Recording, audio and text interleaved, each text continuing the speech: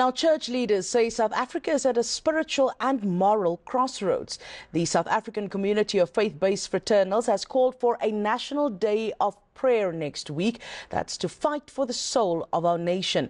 It also backs the inquiry into claims of corruption within the police service, but warns that this must not be yet another commission that delivers no justice. SACOF President Pastor Bert Pretorius joins us live now from Los Angeles to discuss this. Pastor, good morning and welcome to ENCA. SACOF is warning that this commission must not become what you call a waiting room for justice, Pastor Bert. What exactly does SACOF fear might happen if this drags on? Hi, Jenna Lee. Thank you for having me, and greeting to all the viewers. Well, let's start off by just understanding, how serious these accusations are. When you have a senior officer in uniform under oath, under pressure, publicly accusing fellow high-ranking officials and politicians of obstructing investigations into political killings and colluding with criminal elements. This is not just a political scandal. This is a national moral crisis. We're talking about 120 cases of political motivated murders that were being investigated that has been shut down, and we still don't know what's happening with it. So the simple accusation is this: certain high-level state actors are undermining justice, not out of incompetence, but by design. And this goes beyond, way beyond individual corruption. We're speaking about systemic sabotage of our justice system. So no one feels safe. You know, when the nation's protectors are the actual predators, it deflates the hope of a nation. And we see another example of this institutional rot that is just gorging at the pillars of our democracy. So once again, we see this pattern happening time and time again. We got wrongdoing that's reported. There's outrage that follows. And then the machinery of delay and deflection then kicks in. Whistleblowers are sidelined, or they silenced, and high-level corruption just goes unpunished. So, of course, part of this machinery is the $2 billion worth of commission inquiries that we've been seeing, that so frequently serve basically as political shock absorbers rather than truth telling instruments. And you have the commissions like the Zondo Commission, the Arms Deal Commission, the Marikana PIC Commission, Newton Commission, and these inquiries delivered a little action. And think about the public's trauma. I just think about the Zondo Commission. The testimonies that came forth. Our nation hasn't been healed because little has been done.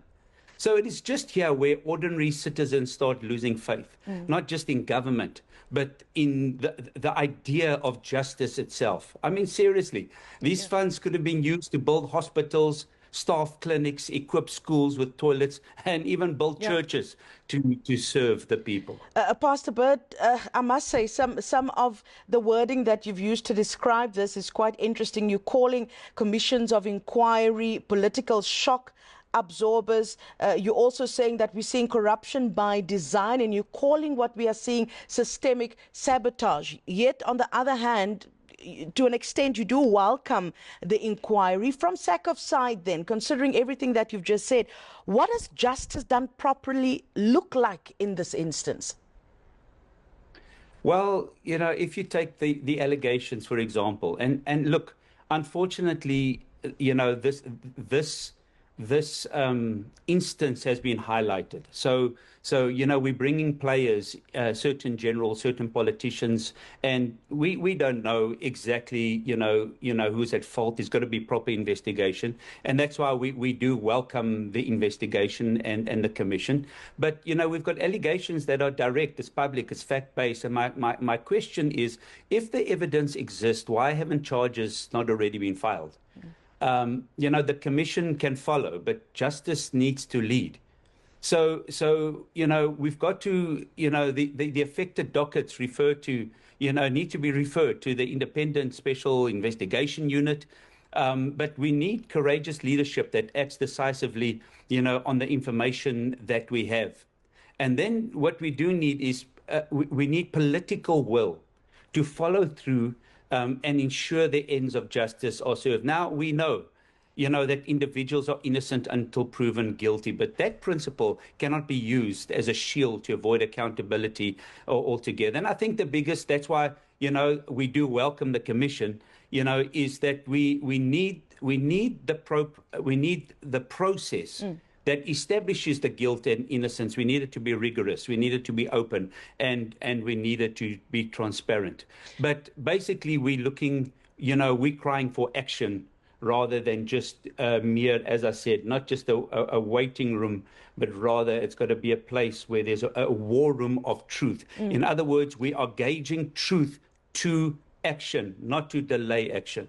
Pastor, let me ask you this. The church is calling for a national prayer day next week. As a predominantly Christian country, though, what do you think the church can do beyond the prayer, which is important, to hold police leadership and the leadership of the country accountable for what we are seeing?